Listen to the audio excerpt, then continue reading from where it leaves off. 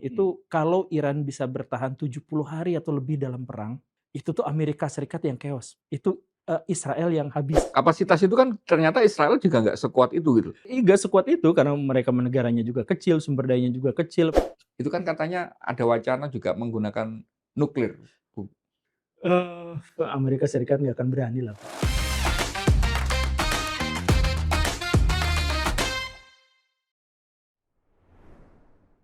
Salam Pancasila. Kawan, bertemu lagi dengan saya Winarko Ngantiwani di Ruang Dialektika. Kali ini kami mengundang kembali Guru Gembul. Salam Pancasila. Salam Pancasila. Gini salam Pancasila ya. Sebenarnya nggak terlalu lama kemarin kita ngobrol. Waktu perang Iran masih baru mulai. Iya. Saat itu kita membahasnya lumayan panjang untuk kira-kira memperkirakan melihat kekuatannya masing-masing ini kayak gimana dan memperkirakan bakal berapa lama. Ternyata kita salah prediksi. Oh, masa salah prediksi? Iya, waktu itu kita agak dalam tanda petik tidak menduga Iran bisa kekuatannya sekuat itu. sekuat itu untuk bertahan gitu. Paling enggak waktu itu ya mungkin amunisi dan sebagainya itu ya seminggu 2 minggu sudah akan, sampai hari ini ternyata masih bisa gitu menyerang. Karena itu kita coba membahas lagi kelanjutannya ini. Karena kan belum selesai, Bung Guru.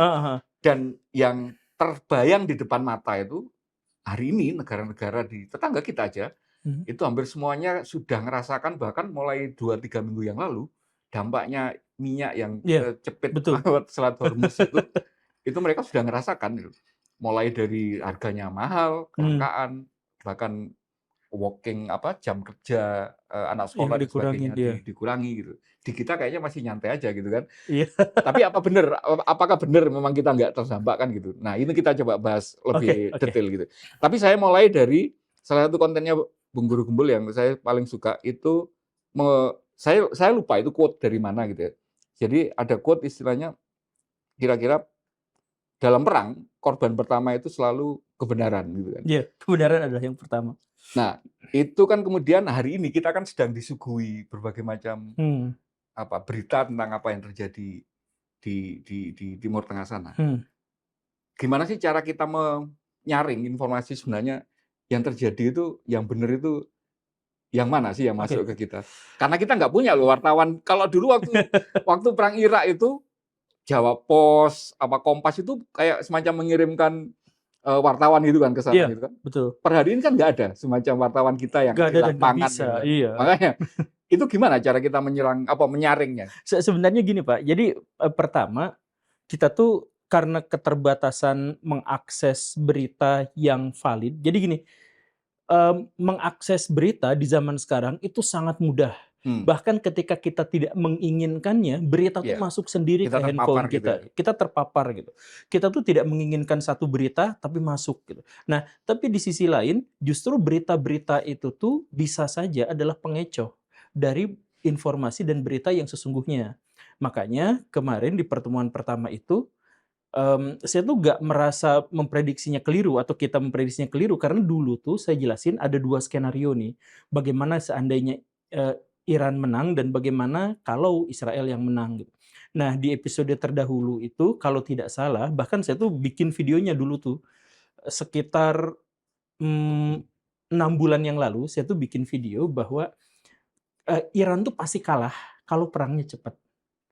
Tapi kalau perangnya lama, Iran tuh punya kesempatan untuk menang.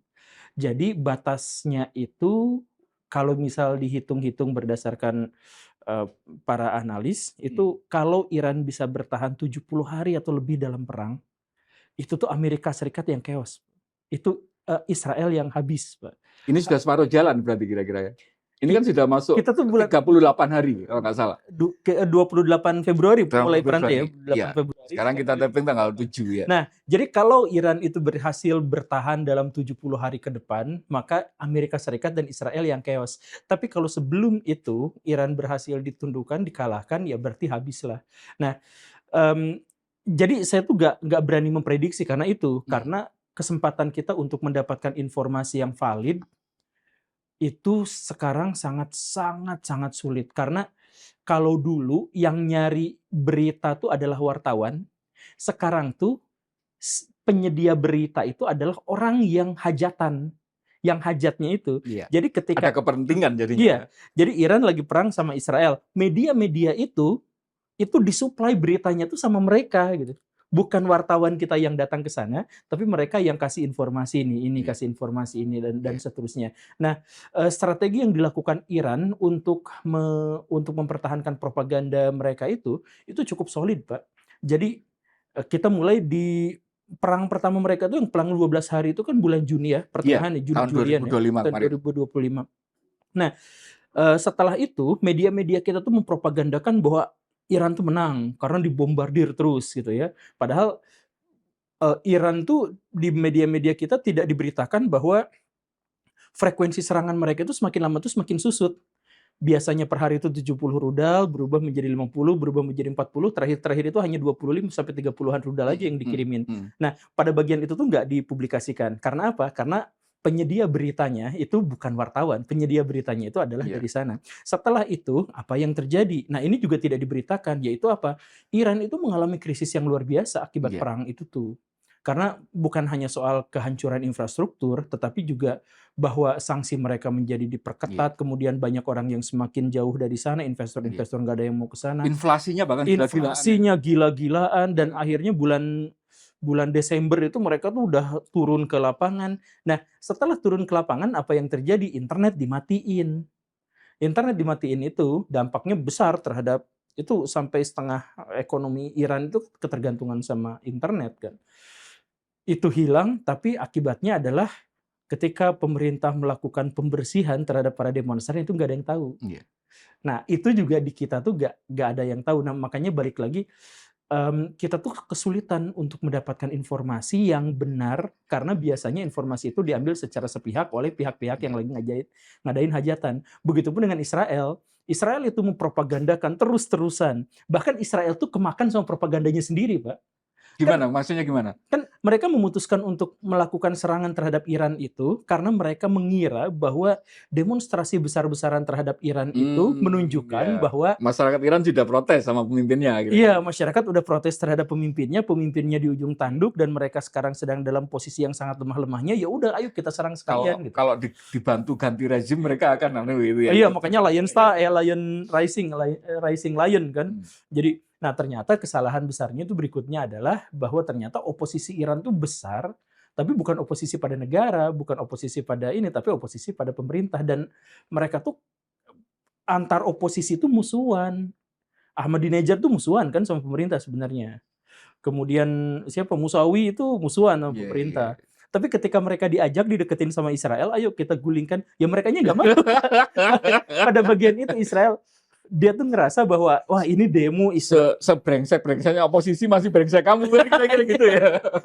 Ya Ahmadinejad itu kan emang sebenci apa dia sama pemerintahan yang sekarang. Tapi kan dia juga dulu waktu memerintah itu dia sampai bilang Israel itu harus dihapuskan dari peta dunia, bahwa Holocaust itu palsu. Dia kan radikal sekali, bahkan lebih radikal mungkin. Israel terlalu pede menilai dirinya gitu ya. Iya, Israel kepedean. Bakal diterima oleh Iran. Pas sekarang udah nyerang, ada masalah, yaitu Iran tuh sekarang tuh dibandingkan Israel jauh lebih buruk. Ekonominya jauh lebih hancur, infrastrukturnya jauh lebih hancur dan sebagainya. Tapi Iran itu atau Israel penyerang Israel dan Amerika Serikat itu nggak belajar dari strategi Cina tuh Pak, Sun Tzu. Jadi dalam strategi Sun Tzu yang paling terkenal salah satunya itu adalah jangan pernah menempatkan musuh kamu di tempat yang nggak ada jalan keluarnya. Jangan pojokkan mereka. Nah, Iran tuh di pojokan, sekarang tuh Iran tuh gak ada jalan keluar gitu. Ngamuk kan jadinya kan. Iya. Kan? Jadi kata Iran sekarang ya udah nothing tulus aja, sekarang habis-habisan aja, melakukan segala cara aja.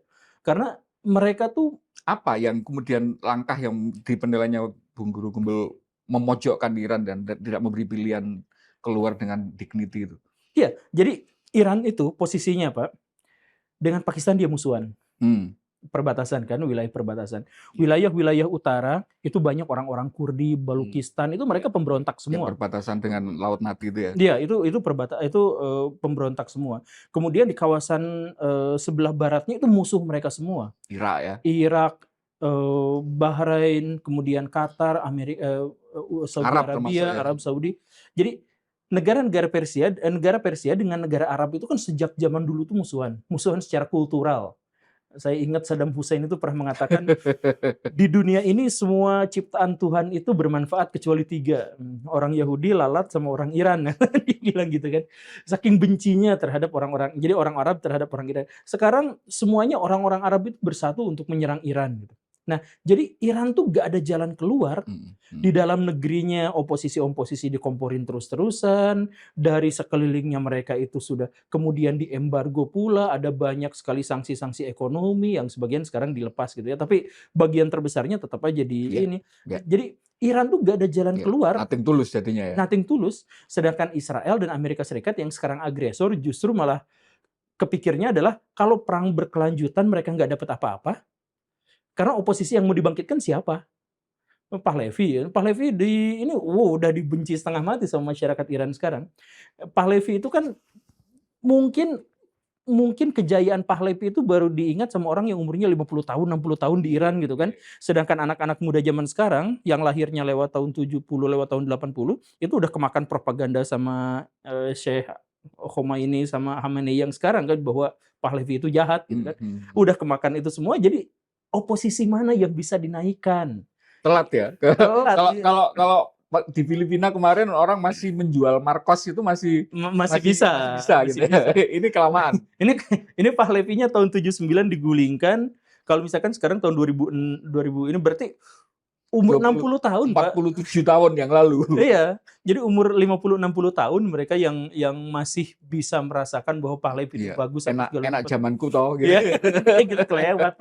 Orang di Indonesia aja yang kayak gitu udah nggak laku, ini Israel tuh malah melakukan itu ya, mungkin karena ini di satu sisi mereka kepepet, kemudian mereka melihat ada celah bahwa Iran sekarang sedang dirundung demonstrasi besar-besaran. Mungkin mereka ngiranya kalau kita serang nih, terus Amerika Serikat ikutan nih, ya sudah selesai gitu. Mereka mikirnya gitu. Tapi ya. Iya. Saya jadi ingat bahwa yang pertama misalnya waktu itu korbannya itu kan tidak hanya beberapa pemimpin yang mati. Kan katanya salah sasaran. Itu kan ada sekolahan perempuan itu kan, ada anak-anak sekolah anak-anak perempuan yang 160 orang yang meninggal itu kan. Terus yang kedua juga yang ini mungkin juga lagi-lagi dia kemakan propagandanya sendiri. Loh, kalau ganti rezim malah yang menggantikan sekarang itu anaknya. Yang kemudian dia dalam proses pemboman itu kan sudah bapaknya meninggal, istrinya meninggal, iya. Anaknya meninggal. Kan ada cucunya Khamenei juga yang meninggal. Artinya anaknya Mujtaba ini kan. Nah, itu kan artinya lebih radikal lagi sekarang gitu. Jauh lebih radikal, lebih termotivasi ya. Kalau saya mati nggak apa-apa, saya ketemu sama keluarga saya. Kalau saya lawan ya sekarang lawan habis-habisan. Nah ini jadi ini Israel. Sama ini Bung Guru. Yang itu yang kemudian saya juga agak gelisah karena kemudian ya Israel itu mau nggak mau harus kita akui mereka itu salah satu adidaya komunikasi. Iya betul. Adidayanya informasi dan komunikasi. Terlepas dari Mossad dan sebagainya, mereka kapasitas korporasi yang kemudian menyebarkan informasi itu mereka menguasai. Hingga kemudian waktu pemilu Amerika tahun 2016 itu kan terkenal ada namanya falsehood of fire hose of falsehood gitu kan. Orang itu disemprot dengan berita-berita yang tidak benar itu. Saya itu khawatir sekali ya, bara itu kemudian di Indonesia itu diberi amunisi itu dan diberi skill set itu untuk kemudian ya memicu ini gitu. Karena kemudian yang hari ini kemudian di Israel itu yang paling dikhawatirkan di Timur Tengah itu kan katanya visi promised land tapi diperluas. Kalau promised land aslinya itu kan hanya di wilayah Palestina. Ini sekarang katanya dari mana Sungai Nil ke Tigris gitu, ke Efrat gitu kan, ke Mesopotamia, artinya ke perbatasannya Iran gitu. Iya betul. Sehingga seluruh semenanjung Arab itu nanti akan bakal dikuasai. The Greater Israel. Greater Israel itu kan Israel Raya itu kan. Nah ini kan saya yang paling mengkhawatirkan itu. Menurut Bung Guru itu nggak ngefek di Indonesia?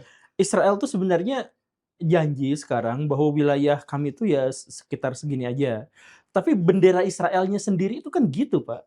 Jadi bendera Israel itu kan bintang David. Di bintang David, ini di sananya tuh biru-biru gitu kan. Ya. Itu biru tuh Sungai Nil dan Sungai Efrat. Batasnya. Jadi wilayah mereka yang diinginkan itu tanah Kanaan, yang dijanjikan itu adalah itu gitu. Nah, makanya saya tuh sering bilang orang Zionis Israel tuh paling membingungkan. Membingungkan tuh dalam artian mereka tuh sekarang demokratis, mereka katanya sekarang sangat sekuler, mereka tuh sekarang negara modern. Mereka sekarang itu adalah negara yang benar-benar memisah kehidupan akhirat dengan kehidupan duniawi gitu, misalkan seperti itulah. Nah, tapi Zionis sendiri sangat profetik. iya, sangat evangelis gitu ya. Iya. Memakai dan mereka tuh ngambil kepercayaan tanah yang dijanjikan. Padahal orang Israel sendiri yang bilang, ilmuwan-ilmuwan mereka yang sudah murtad dan kemudian ateis itu, mereka yang mengatakan bahwa konsep tanah perjanjian itu palsu, Pak. Itu dibuat sekitar 1000 tahun setelah kejadian.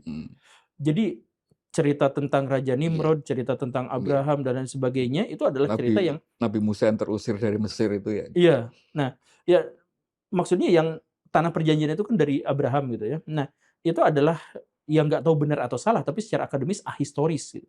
Nah, jadi satu-satunya argumentasi mereka bahwa mereka boleh menetap di sana dan itu dipropagandakan terus-terusan adalah ini adalah tanah perjanjian. Nah, kalau tanah perjanjiannya saja secara teologis itu hilang, tidak ada, ya mereka nggak punya legitimasi apapun sebenarnya di situ. Tapi ya balik lagi, ini jadi propaganda lagi. Tapi ada gejala-gejala eskalasi nggak sih? Di kita menjadi fragmentasi, ada mendukung ini? Iya ada, Pak. Ada ya? Ada.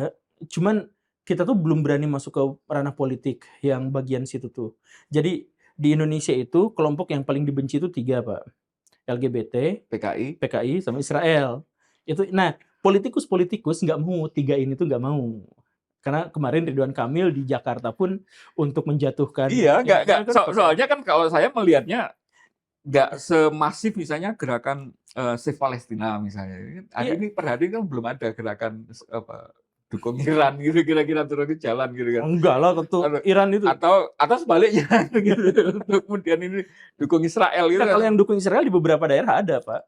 Makanya itu yang saya khawatirkan itu aja sebenarnya. Karena kemudian narasi itu kita pernah ngalamin gitu. Kita pernah ngalami sesuatu yang kemudian konflik yang harusnya hanya sekedar anak muda antar kampung berantem itu di Maluku, di Poso itu menjadi pertarungan perang agama kan gitu kan. Kalau saya mau cerita sedikit, Pak, ini ceritanya sejarah ya. Tapi ceritanya sejarah tuh maksudnya jadi gini.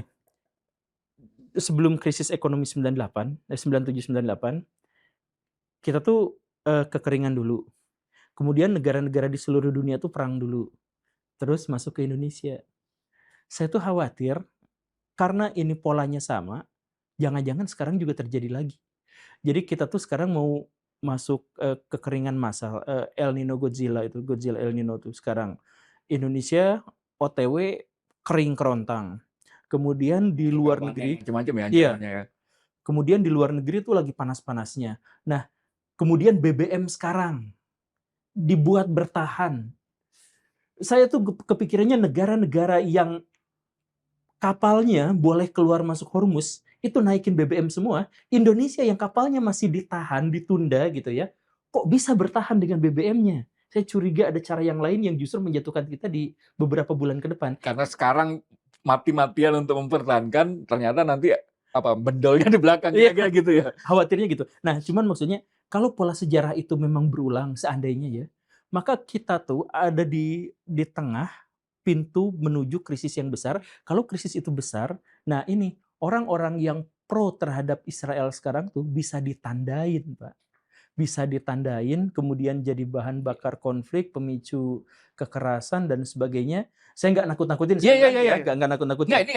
Ini sejarah. Membaca tanda-tandanya. Iya, membaca. Jadi coba yang dulu tuh sebelum kita masuk ke 97, ingat nggak? Bosnia, Kosovo, Serbia, Kroasia itu berantem. Kongo itu perang dunia, perang Afrika itu, Kongo itu besar sekali gitu. Kemudian banyak sekali pada waktu itu.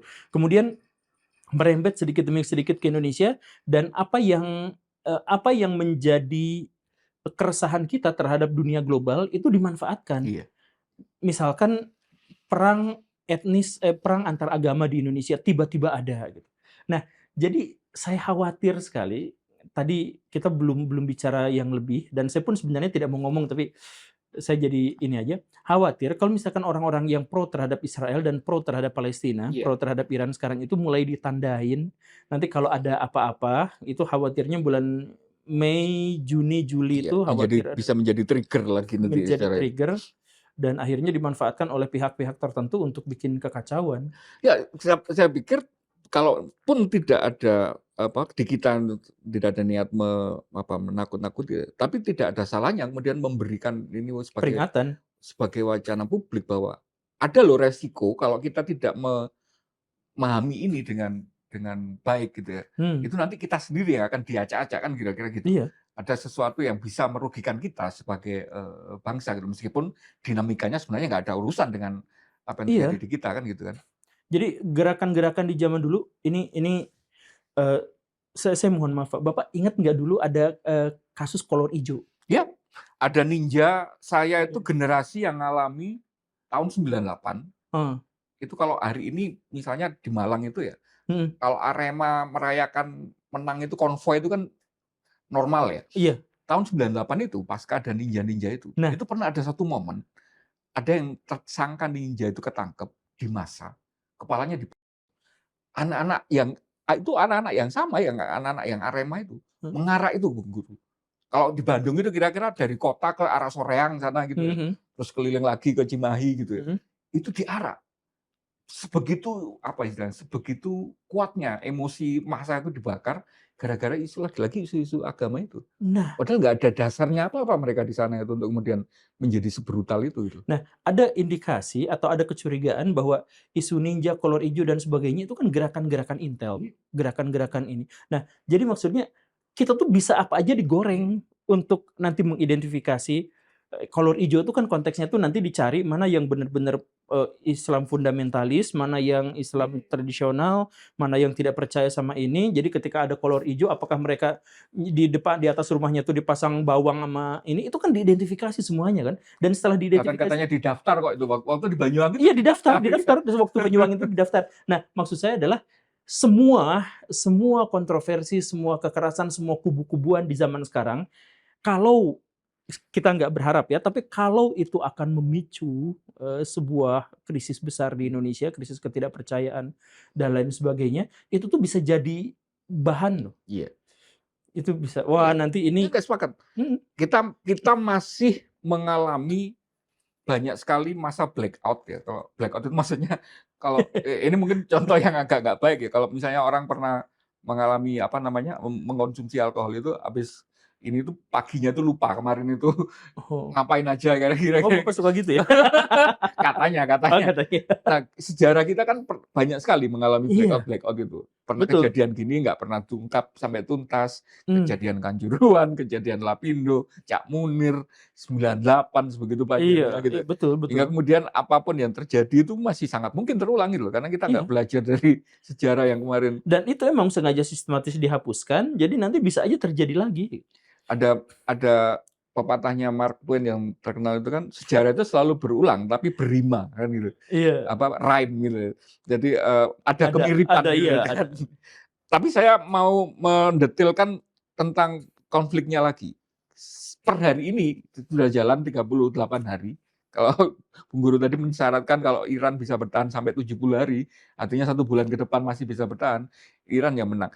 Dan hari ini kan Amerika sendiri juga sedang kebingungan katanya untuk mendefinisikan menangnya itu kayak gimana sih gitu. Kemarin katanya sudah ada mengirimkan pasukan marinir ya, darat ya, siap-siap untuk Pulau Kark itu ya, kapal induk dan sebagainya, sehingga kemungkinan katanya akan menurunkan pasukan itu kan terjadi. Tapi per hari ini kan belum. Besok Selasa katanya kita taping nanti sore Selasa. Oh enggak, besok waktu Amerika ya. Besok Selasa ya kita itu katanya deadline-nya kan Trump mau habis-habisan untuk mukul yang terakhir gitu.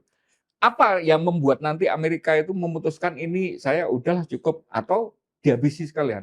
Pertaruhannya di Donald Trump itu kan berat, Pak. Jadi mereka tuh pemilu di bulan akhir-akhir bulan November Oktober itu pemilu sela tapi ya. Iya, pemilu sela di tengah-tengah itu ya. Kemudian sebelumnya lagi bulan Juni itu mereka Piala Dunia, pergelaran dunia tuh mereka tuh bakal disorot habis-habisan.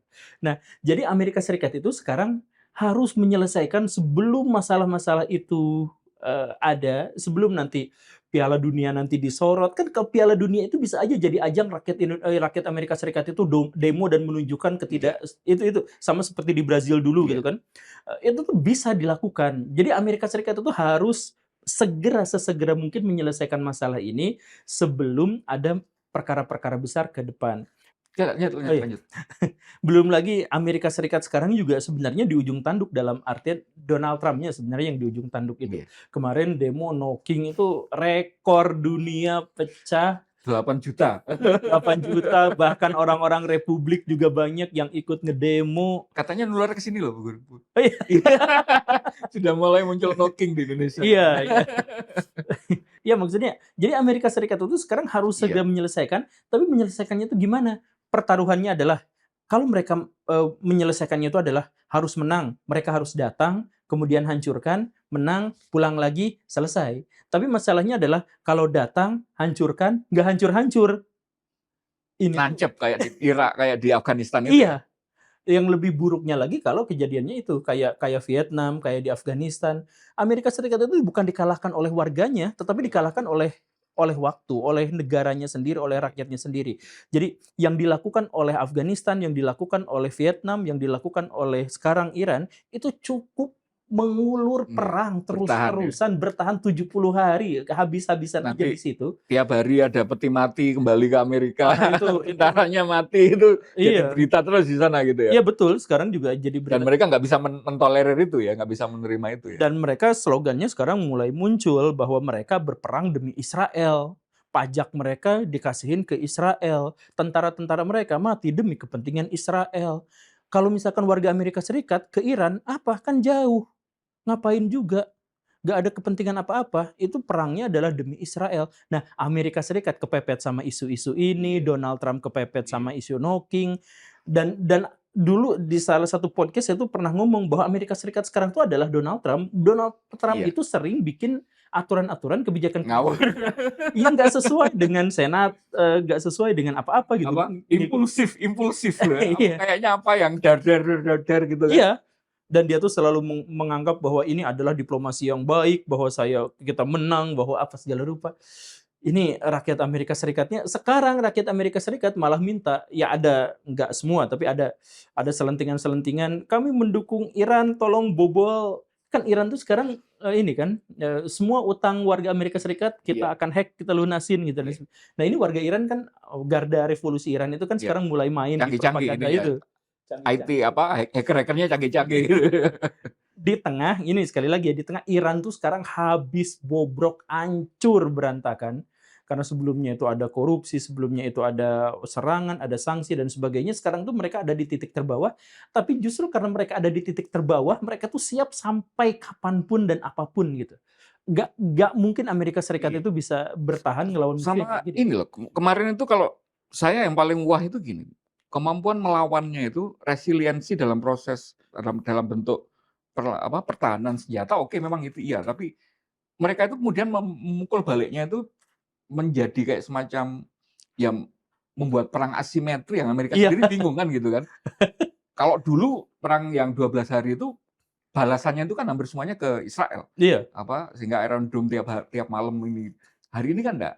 Hub ekonomi dan hub militer Amerika di kawasan Timur Tengah itu kena semua jadi sasaran. Diajar semua gitu kan. Sehingga kemudian pressure-nya terhadap Amerika itu menjadi sangat kuat karena dari berbagai lini. Karena di Amerika misalnya hari ini harga minyak itu kan, harga BBM itu kan sudah sangat mahal gitu ininya. Padahal mereka katanya net exporter gitu. Iya.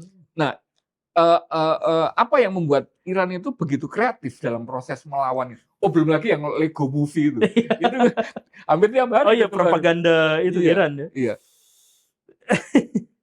Gimana ya? Sebenarnya ya itu Iran.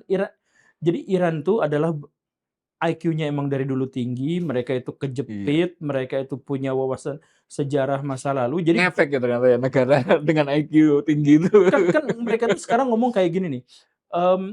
Iran tuh sudah ada jauh sebelum Amerika Serikat ada gitu. Jadi kami itu sudah jauh lebih tua dari kalian. Jauh.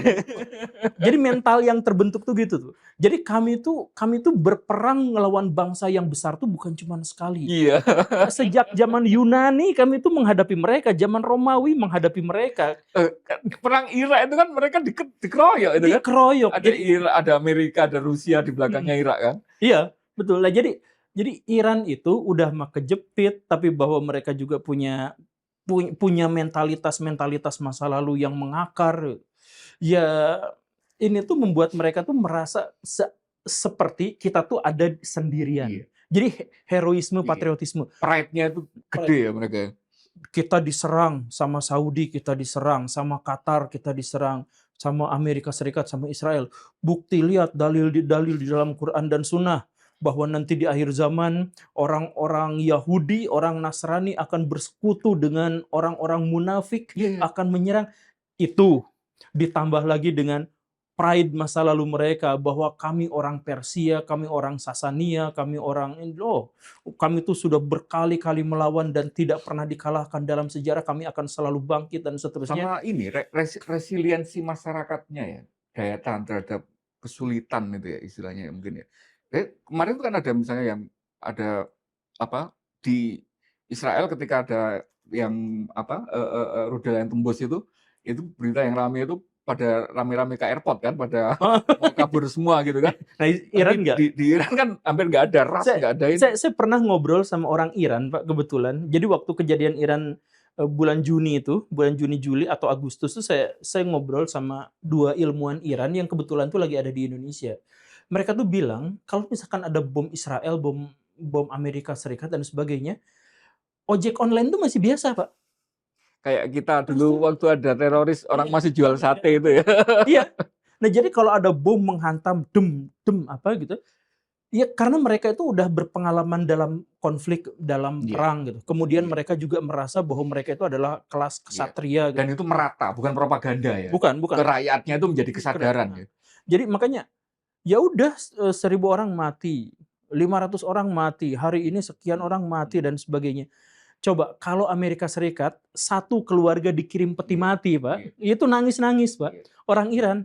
Di sini jadi martir gitu ya, jadi kesyahidan gitu. Jadi kesyahidan, ditambah lagi keinginan mereka untuk melawan itu justru malah makin besar. Gitu. Jadi kematian di Iran itu udah puluhan ribu, tapi puluhan ribu tuh gak bikin mereka tuh panik gitu. Ya panik mungkin ada sebagai manusia gitu, cuman maksudnya gak bikin mereka itu heroismenya turun, gak bikin mereka tuh keinginan untuk bertahannya itu turun surut gitu. Mereka gak bisa ditakut-takuti dengan itu. Makanya yang orang Iran yang datang ke saya ngobrol itu, gimana sekarang Pak? Ya sekarang saya mau pulang. Iya. Jadi kekuatan itu ternyata memang tidak hanya dari senjata. Iya, mental. Mental itu ternyata, meskipun tiap hari orang Iran mati 1.000, katakanlah misalnya Amerika matinya cuma 5 misalnya, itu kalau dalam jangka panjang Amerika yang nggak tahan kan gitu kan? Iya, ini yang tadi yang 2 orang Iran yang ketemu sama saya itu, Bapak sekarang mau kemana? Udah dari sini kemana? Ya pulang ke Iran. Lah, pikiran saya kalau negara lagi konflik, mereka lagi ada di luar, ya perpanjang lah. Sampai selesai kira-kira santai-santai di Bali ya di mana. Ya mereka malah santai, ya udah kita pulang lagi. Pak, itu kan lagi konflik. Ya nggak apa-apa. Setiap hari kami disuguhi oleh perang, setiap hari kami disuguhi oleh konflik, ya nggak apa-apa. Nanti kalau kami mati juga ya nggak apa-apa gitu. Ya nothing tulus. Nah itu gambaran. Saya nggak bisa apakah ini mewakili seluruh orang Iran atau tidak. Cuman dia bilang bahwa untuk orang Iran yang gini tuh biasa. Iya. Kalau itu saya ya mungkin buktinya tidak se primer Gurumbul karena ketemu 2 orang ilmuwan gitu ya. Tapi saya ada satu kontak yang teman yang kemudian bisa ditanyain tentang kondisi di sana, ya memang tidak se ekstrim atau tidak semengerikan di kondisi masyarakatnya itu menerima serbuan Amerika sama Israel hampir tiap hari itu tidak semengerikan itu gitu. Iya. Mereka tidak merasa kemudian saya harus kabur, saya harus mengungsi kemana gitu. Eksodus itu hampir tidak ada keinginan. Betul, nggak ada kepikiran untuk itu. Mereka nganggapnya itu perang kecil aja. Waktu ngelawan Irak tuh jauh lebih besar kan. Tapi nggak ada yang ngungsi juga, Pak. Ya, yang ngungsinya nggak ini gitu. Nah, yang kemudian juga dikhawatirkan untuk dalam rangka Amerika mau mempercepat tadi selain menurunkan pasukan darat, itu kan katanya ada wacana juga menggunakan nuklir. Gimana menurut Bung Guru? Amerika Serikat nggak akan berani lah, Pak. Kenapa? Ya, nuklir itu salah satu negara yang salah satu senjata yang paling sensitif di dunia. Jadi banyak sekali negara-negara di seluruh dunia itu yang punya protokol, semacam dead hand Iya. itu. Protokol bahwa kalau diserang Iya. pakai nuklir ya kita Dia juga akan. belum nyampe aja mereka juga sudah nembak kan gitu. Iya. Iran kita nggak tahu. Nah, ini juga pertaruhan. Salah satu alasan kenapa Iran harus memperpanjang perang itu adalah memberi kesempatan mereka untuk mengembangkan uranium nuklir mereka. Itu informasi yang Bung Guru Gembul dapat kan memang itu bukan terjangkau mungkin dicapai dalam periode cukup dekat. Karena itu kan alasan yang awal yang dipakai Amerika sama Israel itu kan katanya itu. Kalau Iran nggak diserang sekarang, kapasitas mereka untuk bikin senjata nuklir itu dalam waktu beberapa minggu katanya sudah bisa. Gitu. Berapa bulan sih? Ya itu kan ini berita ini tuh keluarnya tuh dari oposisi Iran. Dari siapa namanya? Maryam dan suaminya Mahmud. Itu jadi oposisi Iran itu kan ada beberapa gitu. Nah, salah satunya itu mereka yang membocorkan kepada masyarakat dunia bahwa Iran tuh lagi mengembangkan uranium sekian persen dan mereka itu akan mencapainya dalam beberapa tahun atau beberapa bulan ke depan gitu. Jadi informasi ini tuh datangnya awalnya itu dari orang dalam sendiri yang menjadi oposisi bagi pemerintah gitu. Nah, kemudian kemarin dulu itu Amerika Serikat membom fasilitas Iran yang diduga di sana itu adalah bunkernya. Tapi apakah itu tuh tembus atau enggak? Kan ledakan itu bisa tembus 60 meter, di situ ada 100 meter. Nah, apakah ini benar-benar menghancurkan atau tidak? Gitu ya? Kata Amerika Serikat hancur, kata Iran belum hancur. Nah, kalau ini benar-benar belum hancur, nah Iran tuh tinggal sebentar lagi akan memiliki nuklir. Jadi kalau Amerika Serikat nanti akan menggunakan nuklir katakanlah, dan mereka nggak akan berani itu, tapi kalau misalkan berani maka Iran juga bisa jadi melakukan serangan terhadap, dan bisa jadi ini pakai bendera palsu, Pak. Jadi mereka kirimnya lewat Rusia lah, lewat Cina, yang Cina juga sangat berkepentingan untuk itu. Cina, Rusia itu. Nanti tinggal mengeklaim itu rough element, itu elemen liar gitu ya, kira-kira gitu ya. Ini kan jadi negara-negara timur tuh apa ya? Ya dalam perang kemunafikan itu normal lah ya gitu. Itu kan banyak di antara mereka tuh yang ngirim bantuan, ngirim teknologi, ngirim teknisi gitu. Ya bisa aja Iran bisa mencapai kekuatan nuklir mereka itu dalam waktu dekat. Orang Korea aja dari kemarin secara terbuka ngomongin soal nuklir, mau saya kasih enggak gitu kan. Ya kalau misalkan secara terbukanya seperti itu, kita tuh nggak tahu apa yang ada di dalamnya. Kenapa Iran mempertahankan itu semua dan Amerika Serikat justru yang malah makin panik. Kalau misalkan Iran dibom nuklir, itu pemerintahan Amerika Serikat pasti langsung lengser, di sana itu pasti ada pemberontakan dan sebagainya, tapi yang lebih parahnya lagi adalah ada potensi bahwa ini tuh memicu negara-negara lain juga. Coba bayangkan kondisi psikologis orang Cina. Cina sekarang sedang konflik dengan Amerika Serikat, walaupun konfliknya konflik dagang gitu. Kemudian Cina itu melihat Amerika Serikat berani gunakan nuklir. Apa yang membuat mereka tidak pakai ke kita kan gitu kan? Iya. Rusia juga kayak gitu. Mereka jadi ancaman. Nah, jadi itu resikonya terlalu besar. Apa istilahnya? Kalau Amerika berani itu membuka kotak Pandora gitu kan. Semuanya langsung akan merasa boleh pakai senjata nuklir kan gitu. Pakistan, India masing-masing punya, Israel juga punya opsi Samson itu. Kemudian Turki juga sekarang entah perkembangannya udah sampai sejauh mana. Oke, kalau nuklir pun ternyata opsi itu enggak, ada nggak opsi lain yang memungkinkan dalam tanda petik Amerika itu bisa mempercepat penyelesaian perang ini? Ya datang langsung perang darat. Itu yang paling mungkin, tapi ya itu resikonya terlalu besar. Makanya itu kan tadi kita sudah bahas bahwa mereka nggak akan mungkin mentolerir korban yang yang lebih besar itu adalah narasi Donald Trump. Mereka tuh bikin cerita bahwa kami sudah bernegosiasi dengan Iran, dan karena keinginan-keinginan kami sudah terpenuhi dan Iran sudah mengaku kalah di jalur diplomasi, maka kami akan mundur. Nah, ini menarik juga karena kemudian posisi Trump yang terjepit di dalam negerinya itu kan kemarin semakin diperparah dengan menteri perangnya, menteri pertahanan yang sekarang jadi nama menteri perang, itu kan yang agak brengsek, agak sombong itu kan. Itu kan kemarin mencat 3 kepala staf, terus akhirnya ada 20 beberapa jenderal itu yang kemudian jenderal-jenderal senior yang lain yang pada protes gitu kan, yang akhirnya ikut mengundurkan diri gitu kan. Iya.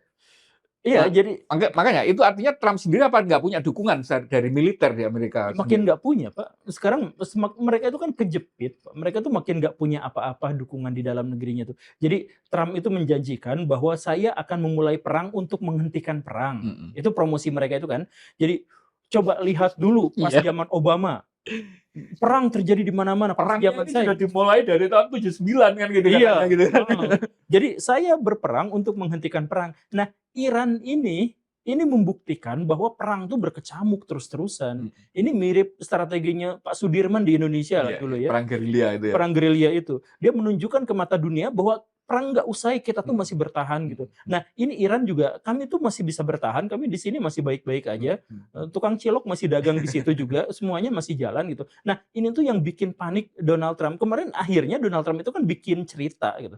Bikin cerita diplomasi, kami sudah bernegosiasi dengan Iran dan sebagainya. Kata Iran, negosiasi apa? Negosiasi sama siapa? Negosiasi sama siapa? Nah, ini kan juga akhirnya semakin menakut-nakuti militer Amerika Serikat. Makanya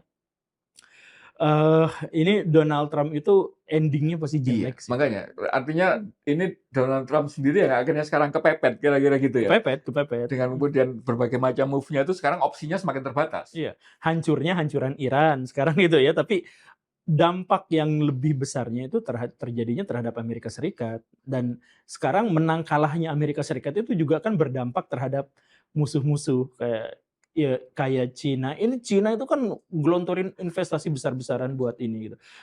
Pokoknya mah sekarang tuh global itu lagi ngeliatin Amerika Serikat ini runtuh sebentar lagi ini hancur ini apa, mereka juga nanam jadi Bung Guru akhirnya percaya dengan apa istilahnya?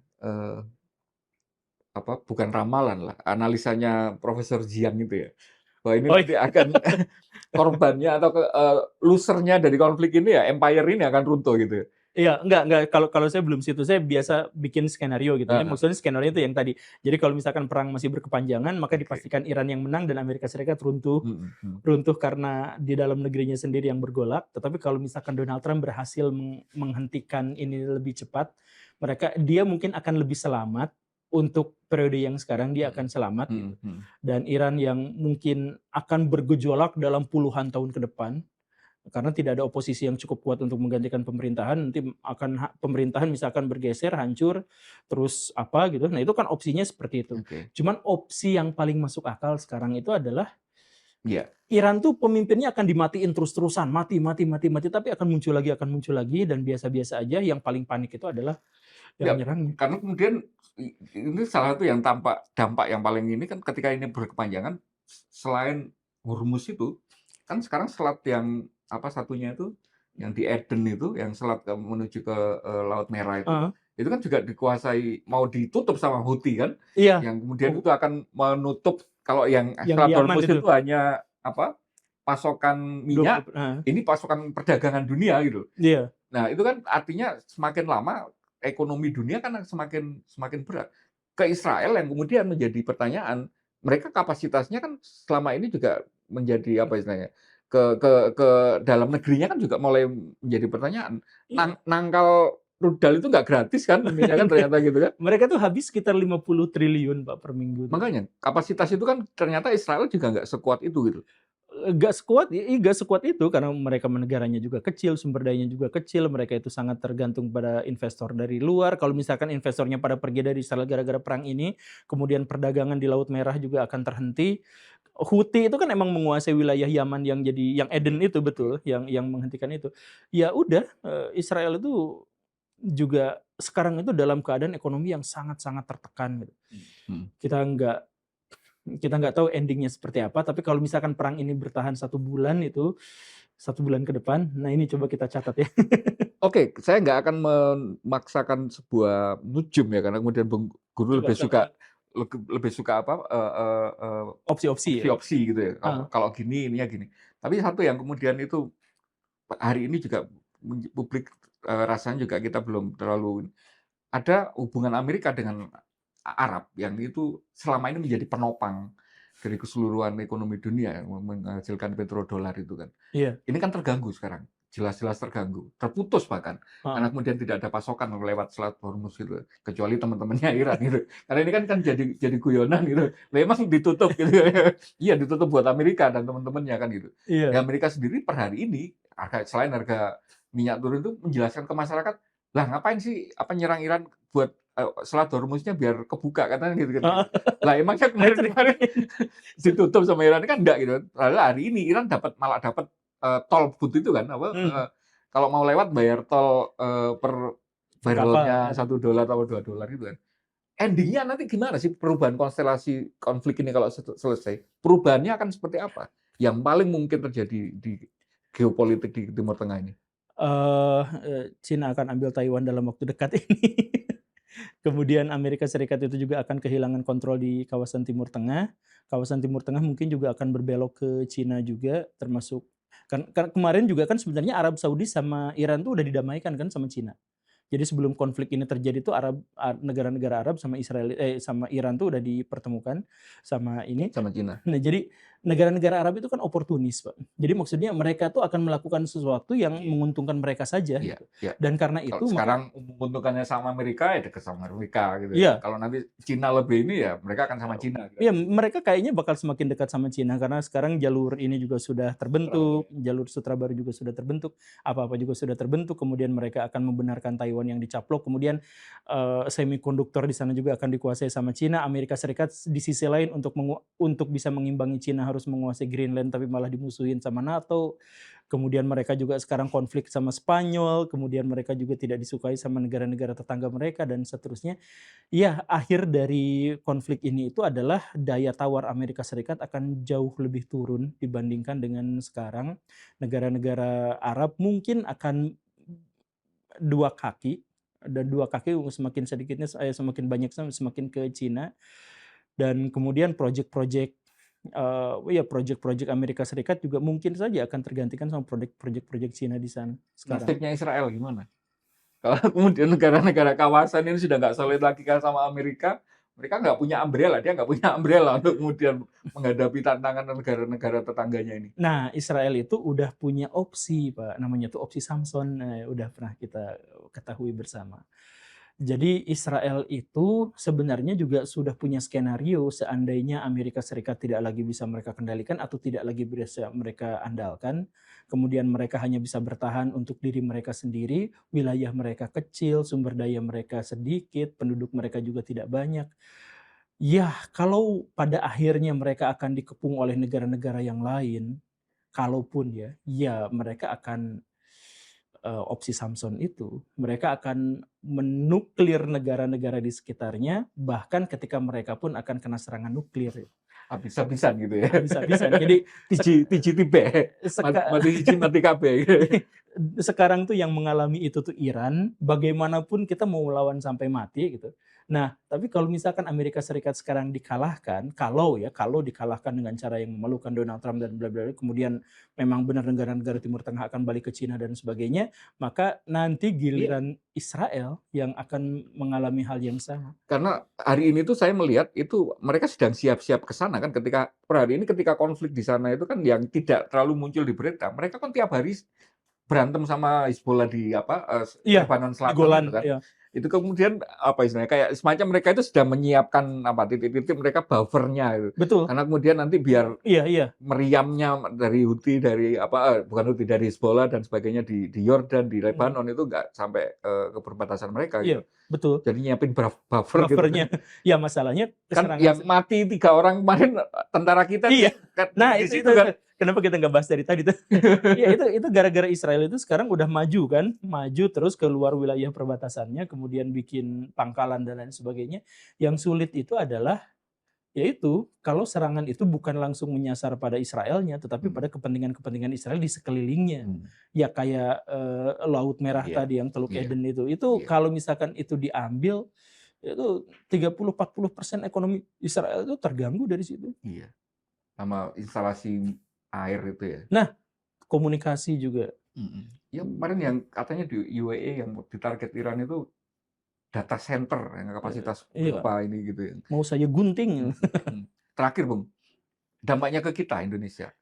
Minyak sudah dipertahankan mati-matian karena resiko. Kemungkinan konflik dan sebagainya. Ada kemarin juga yang kayaknya saya nggak tahu posisi kemarin ikut BOP itu buat apa jadinya gitu kan. Sudah apa namanya sudah nyembah-nyembah sama Trump disuruh megangin map gitu kan. Itu ternyata nggak relevan sama sekali. Dampaknya apa ke Indonesia? Ada nggak sih itu kemudian ke dinamika internal di masyarakat kita?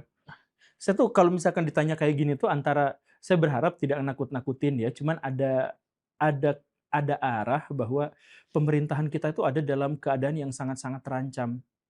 Sangat-sangat terancam. Jadi kenapa pemerintah sekarang ngotot entah dengan cara apa sampai BBM bisa Terancamnya bertahan. karena apa?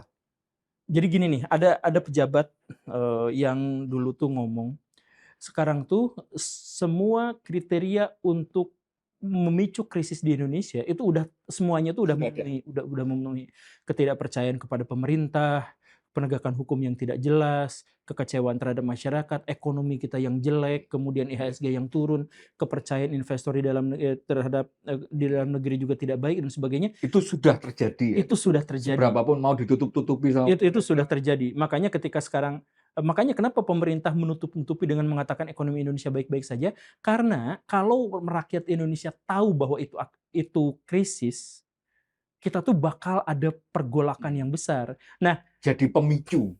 Betul. Nah, makanya salah satu yang paling diandalkan masyarakat untuk mengetahui Indonesia itu krisis atau tidak, itu tuh kalau BBM naik atau enggak gitu. Kan gitu. Nah, jadi pangan kita tuh udah aman. Pangan tuh aman. Nah, jadi tinggal satu lagi yaitu BBM. Jadi walaupun idealnya seharusnya kita tuh naikin harga BBM tapi tidak dilakukan sama pemerintah karena itu tuh akan jadi sinyal bagi masyarakat. Nah, kalau sekarang negara-negara di seluruh dunia itu sekarang udah kolaps gara-gara minyaknya ditahan, kemudian Indonesia tidak menaikkan, ya seperti tadi logikanya. Malaysia dipersilahkan, tapi harganya kok naik. Kemudian Thailand dipersilahkan, tapi kok harganya naik. Filipina dipersilahkan, tapi harganya naik. Dan memang wajar, karena bukan hanya penutupan Selat Hormuz, tapi ada urusan-urusan yang lain. Nah, Indonesia tidak naik. Nah, berarti pemerintah tuh habis-habisan di sini. Nah, kenapa pemerintah habis-habisan di sini? Karena mereka tuh tahu. Mengkhawatirkan sekali ya kalau ini karena mereka tuh tahu pelatuknya untuk krisis tadi ya. Tapi saya mau mempertanyakan gini, oke, dari sisi harga mungkin bisa di-cover. Katanya bahkan kemarin isunya yang tiba-tiba ke kakak tua itu kan, ke Jepang itu kan. Kakak tua itu katanya mau nyari talangan gitu ya untuk ini lagi ya. Ke Korea, ke Jepang tuh. Kalau dari sisi harga oke, bisa mungkin ditanggung oleh APBN. Tapi dari sisi pasokan, kan kita juga nggak yang produsen kita bukan utama gitu. Kita hanya 40% internal itu ya. Nah, kalau pasokan ini kan nggak bisa nggak bisa ditutupi. Kalau misalnya benar-benar langka, nggak ada yang masuk ke sini. Ya, makanya kemarin itu ada kebijakan-kebijakan, misalkan ini dikurangi, itu perjalanan dinas dikurangi. Kemudian yang 8 dari Pak Erlangga itu, saya nggak tahu itu dampaknya seperti apa, kayaknya nggak signifikan gitu. Tapi itu juga sedang diharapkan untuk mengurangi konsumsi ya jadinya ya. Kemudian Pak Bahlil kan sekarang lagi keliling-keliling, dipaksa untuk nyari sumber yang lain. Iya. Itu kalau mau pakai cara Amerika itu kan fracking itu kan. Jadi sumur-sumur tua itu ini lagi gitu ya. Tapi kan ya lama gitu, nggak mungkin dalam waktu cepat gitu. Nah, mau nyari di mana gitu. Pak Bahlil sendiri bilang seminggu yang lalu atau 10 hari yang lalu bilang kan kita tuh hanya 28 hari kan, ada 20 hari. Hanya sekian hari bisa bertahan. Nah, saya nggak tahu. Tapi kalau akhirnya ini terjadi ya. Kalau ini Bung Guru, setahu Bung Guru, wacana untuk menambahkan komposisi komponen sawit di bahan bakar itu belum siap kita. Kemarin kan sudah diwacanakan B10, B40. Teknologinya masih lama. Belum ya. Ketersediaannya juga masih sangat terbatas, Pak. Kalaupun ada ya nggak akan sampai 1.000 mobil, 1.000 motor, nggak akan kuat. Kalau misalkan ke depan mungkin ya, di masa depan ya bisa, tapi sekarang nggak mungkin. Makanya kita minum aja lah, Pak. Oke, kalau itu tidak bisa diantisipasi, menyiapkan publik untuk tidak menjadikan dampak ikutan dari krisis Timur Tengah ini menjadi semacam sumber pemicunya kerusuhan sosial? Kira-kira ada nggak yang bisa disarankan Bung Guru? Itu cara yang dilakukan Pak Karno kan. Jadi ada perbedaan antara krisis sedang terjadi dengan krisis sedang diketahui. Mau terjadi tapi sudah diketahui? Bukan, krisisnya sedang terjadi. Oke. Ya, Pak. Nah, ada sebuah bangsa yang krisisnya terjadi, tapi warga tuh nggak tahu bahwa mereka tuh sedang krisis. Ada yang sebaliknya sebenarnya baik-baik saja, tapi diceritakan bahwa mereka itu sedang krisis. Nah, sense of crisis-nya dibangun. Iya. Jadi Bung Karno dulu untuk menutupi bahwa kita lagi krisis ekonomi besar-besaran, Bung Karno tuh bilang neokolim masih berkuasa, jadi Indonesia tuh hancur bla bla bla. Jadi kemarahan kita tuh diarahkan keluar. Gitu kan? Nah, Indonesia sekarang mungkin butuh ini dari luar. Pak Prabowo tuh kemarin-kemarin antek-antek asing. Berapa kali Pak Prabowo ngomong ini antek asing. Siapa yang mengkritik beliau ini adalah karena pemilunya kalah, karena dibayar sama asing, karena apa dan sebagainya. Saya curiga bahwa narasi-narasi alien ini. Nah, saya tuh curiga Pak Prabowo sekarang itu ada di tahapan Indonesia tuh udah krisis. Tapi masyarakat nggak boleh tahu bahwa kita krisis. Gitu. Nyiapin dulu sasaran tembaknya untuk kemudian biar dimarahin bukan Bahlil, kira-kira gitu. Bahkan ada yang nyalahin ini Soros udah masuk, ini udah masuk, ini udah masuk. Kayaknya sih arahnya adalah kita memang nanti pada akhirnya menghadapi krisis, mengetahui krisis, tapi kita tuh akan menyalahkan penyebabnya adalah faktor-faktor luar. Carikan musuh dari luar gitu. Kalau karena nekolim sudah nggak ada, nah, antek asing. Nanti Bapak dituding antek asing. Saya temannya Bung Guru Gembel. Kita bukan antek asingnya. Bung Guru, terima kasih banyak. Saya pikir ini tidak akan menutup untuk seri pembahasan Iran karena saya masih berharap 35 hari lagi menggenapi 70 hari tadi kalau analisanya Bung Guru. Maksimal, Pak. Ya, kita bisa ketemu lagi untuk melihat paskanya ini. Karena saya benar-benar penasaran dengan perubahan konstelasinya. Karena ini gempa pasti akan menimbulkan apa istilahnya dampak besar gitu. Termasuk ya tadi yang paling dekat sebenarnya di kita itu kalau eskalasi Cina sama Taiwan itu eskalasinya akan pasti akan terasanya jauh lebih gede ke kita. Betul. Dinamika di Laut Cina Selatan. Laut Cina Selatan bakal jadi lebih luas. Cina jadi punya konflik mereka dengan eskalasi mereka dengan Australia, warga kita di Taiwan itu kan pasti lebih gede lagi gitu. Nah, tentu saja kemudian itu masih menjadi kemungkinan gitu. Tapi untuk sekarang saya pikir sudah sangat banyak kita ngomong sampai kemudian kesiapan. saya agendanya cuma itu aja bahwa rakyat menyadari karena saya itu merasa pemerintah hari ini itu bukan menyepelekan ya. Saya sepakat dengan Bung Guru. Mereka tahu, tapi karena mereka membutuhkan narasi untuk bukan menutupi lah, semacam mengkamuflase ini itu tidak memberikan yang sebenarnya kepada masyarakat dampaknya. Karena dampaknya itu kemudian di negara-negara tetangga kita itu sudah begitu berat gitu ininya. Nah, agendanya sebenarnya hanya itu aja biar rakyat sadar bahwa ada potensi bahaya itu gitu. Dan ada potensi bahaya propaganda tadi yang kemudian bisa kita. Tapi ada potensi besar bahwa kita akan bertahan. Kalau potensi besar kita bertahan itu saya sepakat, tapi kemudian kalau hanya ditunjukkan ininya nanti rakyat jadi complacent gitu. Iya. Enggak, ini saya cari aman aja, Pak. Jadi karena Pak Prabowo itu kemarin udah ngancem-ngancem, jadi siapa yang ngajakin orang-orang untuk pesimis, dia itu tidak punya jiwa patriotis, akan ditertibkan. Ya, itu. Makanya, Indonesia itu masih aman. Enggak, kalau ini kan tidak dalam rangka kemarin pertemuan pengamat-pengamat turunkan ganti presiden kan, enggak kan. Ini kan wacananya adalah menyiapkan publik gitu. Tapi terima kasih Bung Guru. Siap. Kita ketemu di ruang dialektika berikutnya. Salam Pancasila, Bung. Salam Pancasila. Oke.